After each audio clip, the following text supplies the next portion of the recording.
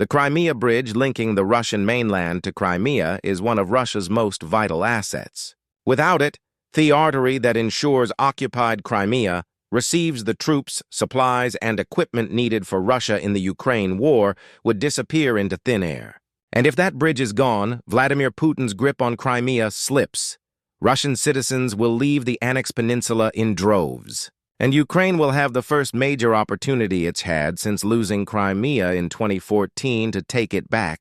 And now it looks like Ukraine has the weapon it needs. Ukraine's deadliest weapon yet has one mission: take out the Crimea Bridge once and for all. On September 21st, the Kiev Independent revealed that Ukraine had unleashed a seaborne monstrosity on the audience at the Defense Tech Valley 2025 exhibition. That monstrosity is an underwater drone designed for long-range and stealthy operations against major Russian targets. It's just the weapon that Ukraine needs to get close to the Crimea Bridge, which is also known as the Kerch Bridge. That drone is called the Tloka. In truth, this drone has been known for around 12 months. The Kiev Independent reports, though known about and publicly revealed, are two very different things. Ukraine has conducted strikes with an undersea drone before, though it wasn't clear what the drone was or what it was truly capable of doing. The Tloka's existence has been confirmed since February when Ukrainian President Vladimir Zelensky introduced the drone as a weapon that could be used to hit ships, ports, and other strategic targets during the 2025 Support Ukraine Summit. But now more information is available. A lot more. The Tloka has been officially unveiled. Or more accurately, Ukraine hasn't just revealed the Tloka, it's revealed 3 of them. That's according to Defense Express, which reveals that the Tloka comes in 3 flavors with each one having a specific purpose. After all, the largest Tloka is just one of the family of underwater drones, which include at least 3 samples. These are the TLK-200, Tloka-200, and TLK-400, Tloka-400, and of course, the monstrous Tloka-1000. The outlet says it's the Tloka-1000 that likely represents the biggest threat to the Crimea Bridge. But back to that point in a moment. For now, RBC Ukraine offers the main specifications for each of the Tloka drones. The Tloka-200, which is also known as the TLK-200, is the smallest of the 3 new undersea drones. As its name implies, it's an autonomous drone powered by 2 electric motors that Ukraine can use for short-range missions against Russian targets. Think deployment from a boat in the Black Sea to take out Russian vessels, for instance, or defense against incoming Russian seaborne threats against the Ukrainian coast. This mini version of the Tloka has a 100 kilometers or 62-mile range, and it's powered by a pair of electric motors. Those motors may be the highlight of the entire package as they allow the Tloka to sail autonomously for up to 15 days. This extended sailing time suggests that Ukraine may also be able to use the Tloka-200 as a patrol vessel of sorts, guarding the Ukrainian coast from threats that the drone automatically attacks as and when they present themselves. The drone uses a satellite-based communication system that reportedly has inbuilt countermeasures against electronic warfare techniques, though it isn't clear what those countermeasures may be. There's also an AI-enhanced inertial navigation system, ORINS, in play. Perhaps the use of AI is what gives the Tloka-200 its resistance to electronic warfare countermeasures, RBC. Ukraine says that the drone can operate at a depth of up to 300 meters or about 984 ft, and it has a thermal imager and optical camera that an operator can use to scope out potential threats. Finally, there's the payload, an Kaijaku or 33 lb of explosive fury that can be delivered to whatever Russian vessel is unaware enough to come across the Tloka-200. RBC. Ukraine adds that this smaller version of the drone could also be used to conduct reconnaissance or even to lay mines around the Ukrainian coastline. The Tloka-200 alone would be an impressive feat of engineering, but Ukraine has a lot more up its sleeve. The Tloka-400, which is also known as the TLK-400, is the middle child of the 3 drones Ukraine just revealed, and it has some interesting upgrades over the Tloka-200. It's much larger for one thing, which means it can carry a heavier payload. Plus, it features a hybrid engine that combines 4 electric motors with an internal combustion engine to give it much greater range and autonomy. On those latter 2 fronts, the Tloka-400 can travel up to around 745 km from its point of deployment and is able to sail without human intervention for up to 60 days. That's huge. It means Ukraine can deploy this drone for around 2 months at a time, perhaps to patrol the Black Sea or to lie in wait, along with other Toka 400s, for several days before delivering a coordinated strike against a target. The Toka 400 retains the 980 FTOP rating, depth satellite-based communication system, and AI-powered INS, though the latter also has a Doppler velocity log, or DVL, that allows it to measure the speed of undersea vehicles. Namely, that DVL will allow the TLOA 400 to keep track of its own speed, perhaps meaning it can speed up or slow down autonomously, depending on what suits its specific purpose. Ukraine's middle drone will also have the thermal imager, an optical camera seen in the Toka 200. These are joined by passive and active acoustics along with radio frequency source targeting, creating a more versatile targeting suite for taking on challenging targets.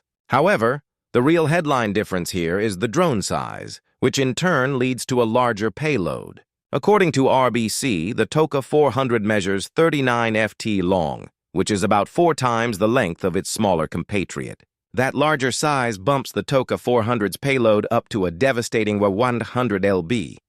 That's more than enough to do some serious damage to the Crimea bridges, support struts, and foundations. And who knows? Ukraine may use the Toka 400 to do just that, especially if it's able to get several of them into position to strike a single target.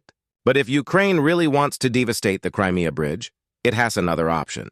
An absolute monster of a drone that delivers explosive devastation on a scale not seen in unmanned undersea vessels before. The Toka 1000. Designed specifically for long-range missions, the Toka 1000 can serve as both a kamikaze and carrier drone. In the latter case, it appears Ukraine may be able to use the Toka 1000 tow shuttle other drones, such as first-person view strike drones, to locations before unleashing them.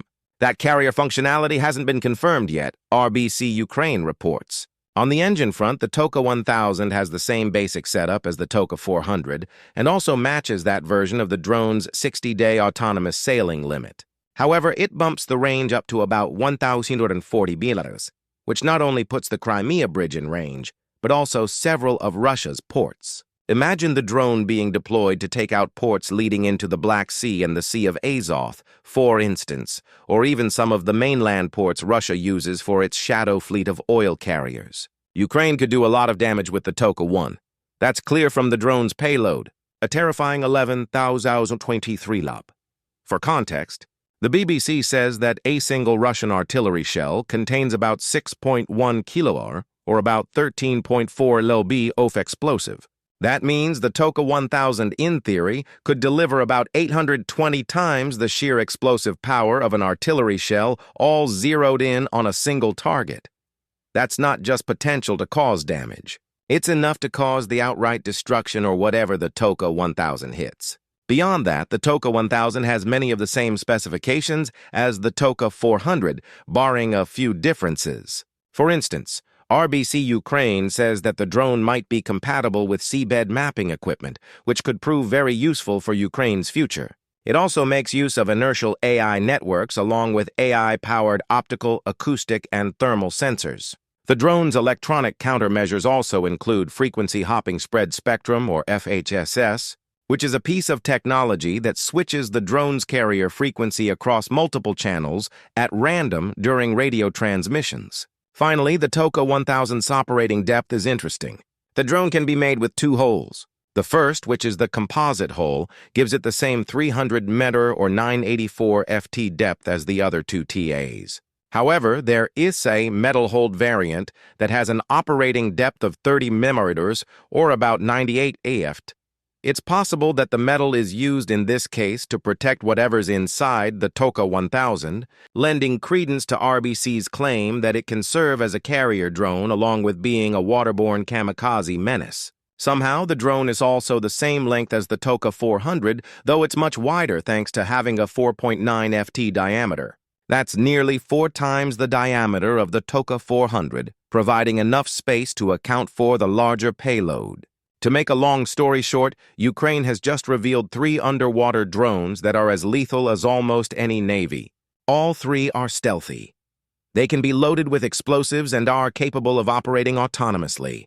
The 3 Tokas are a threat to Russia, and they're especially a threat to the Crimea bridge, and as the Express reports, the remnants of Russia's Black Sea Fleet. That fleet is already in serious trouble. In May, the Moscow Times said that this once-dreaded fleet comprised 132 ships and vessels at the beginning of the Ukraine war. Since Russia's invasion, Ukraine has managed to take out 25% of that fleet per UK intelligence, prompting Russia to relocate many of its vessels from Sevastopol to Novorossiysk and scale back activity in the Black Sea during the summer of 2024. That withdrawal is part of the reason why Ukraine hasn't been able to take out more of the Black Sea Fleet during the last year or so.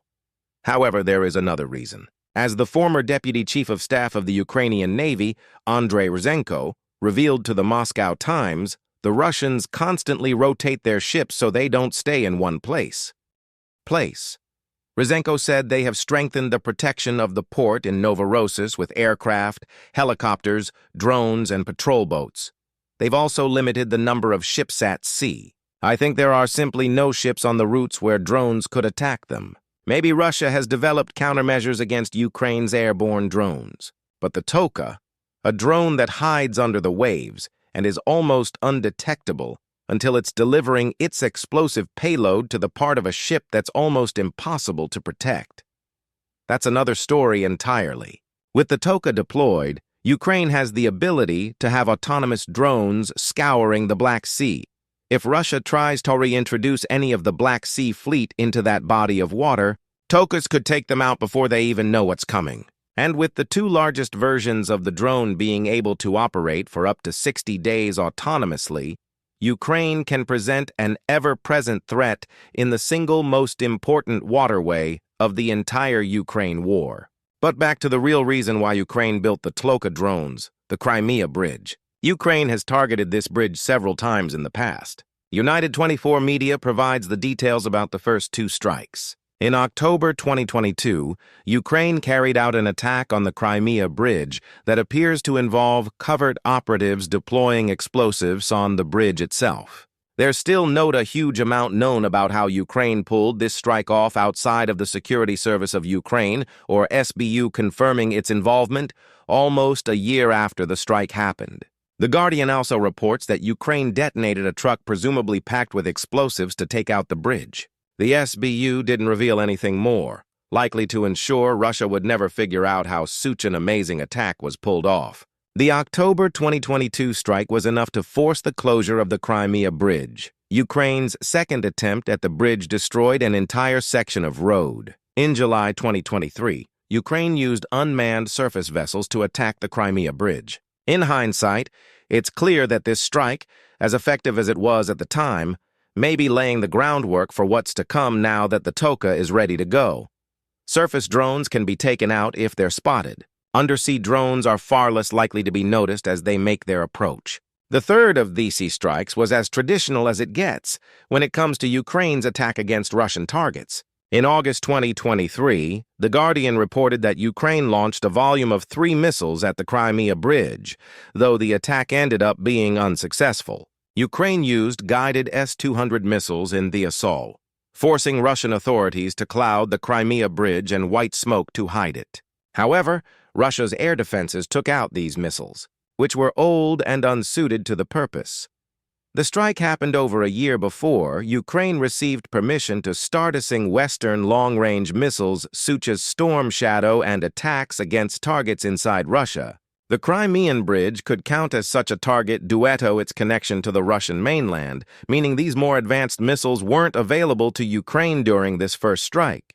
Perhaps this strike was never intended to be successful. After all, S-200s are very old missiles, so Ukraine may have been using them to send the message to Russia that the Crimea Bridge was still in Ukraine's sights. Regardless of what the August 2023 strike was supposed to achieve, Ukraine went quiet after it failed. For almost 2 years, Russia must have thought the Crimea Bridge was safe. Then, Ukraine struck again. In June 2025, Ukraine unleashed an attack that had some similarities to the method I used in July 2023. Only this time, the attack occurred underwater. The SBU published footage of the blast, which damaged the side of the Crimea Bridge and caused a temporary suspension of traffic along the bridge. If the July 2023 attack was Ukraine proving it could send drones to the Crimea Bridge, the June 2025 attack was a proof of concept for an underwater assault. An assault that, according to the Express, may have been carried out using Toka drones. That isn't confirmed, though. The Express says some defense experts believe the Toka may already have been used in Arasant attack in June on the Crimean Bridge. Has the Toka been deployed against the Crimea Bridge before? And if so, which one? Based on the footage the SBU shared in June, it doesn't appear that Ukraine used a version of the drone that's loaded with over $11,000 lb explosives. Perhaps the Toka 400 and its 100 lb payload were Ukraine's way of proving it could pull off a Crimea Bridge assault using this new drone. Next time, the explosion will be 10 times bigger, and it maybe just be big enough to ensure that the Crimea Bridge is taken out once and for all. But why would Ukraine want to do that when it could be using the explosives packed into the Toka 1000 for fighting on the mainland? There are 3 reasons, starting with the sheer cost of the Crimea Bridge. According to the maritime executive, bridges are a bit of a thing for Putin.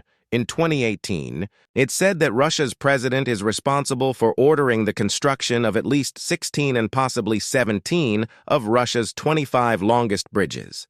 The Crimea Bridge is the jewel in the crown, and Putin pumped $3.7 billion and 4 years of construction into making the bridge that links Crimea to the Russian mainland a reality. That's a lot of money to go up in smoke if the Toka 1000 is truly able to take the Crimea Bridge out. Plus, it's money that Russia doesn't have to fund repairs. Some in Russia believe the country is already on the brink of a recession. Putin denies it, saying in a televised address on September 18th that Russia's gross domestic product, or GDP slowdown, is all by design. The decline from more than 4% GDP growth. This is not a decline. It's a deliberate action. Putin claimed it's a slowdown in growth in exchange for curbing inflation and maintaining macroeconomic stability.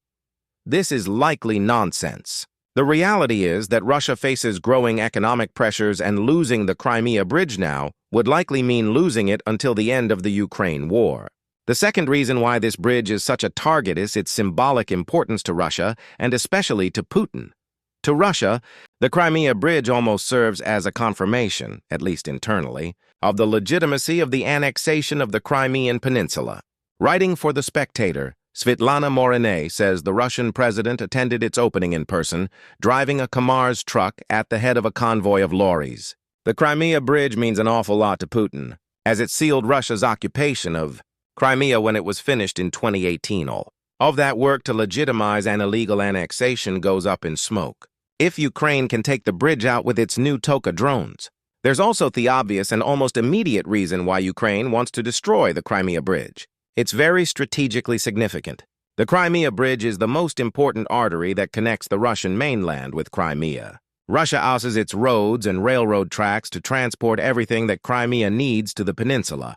That doesn't just mean troops, equipment, and supplies to bolster Russia's military presence in Crimea.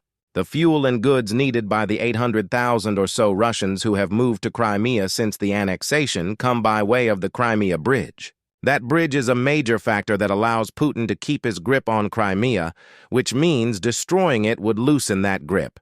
Perhaps it would loosen the grip enough for Ukraine to retake Crimea. After all, it's not like Russia could rely on seaborne routes to continue supplying Crimea. Beyond being slower, those types of routes may no longer be safe now that Ukraine has a new undersea drone capable of patrolling them.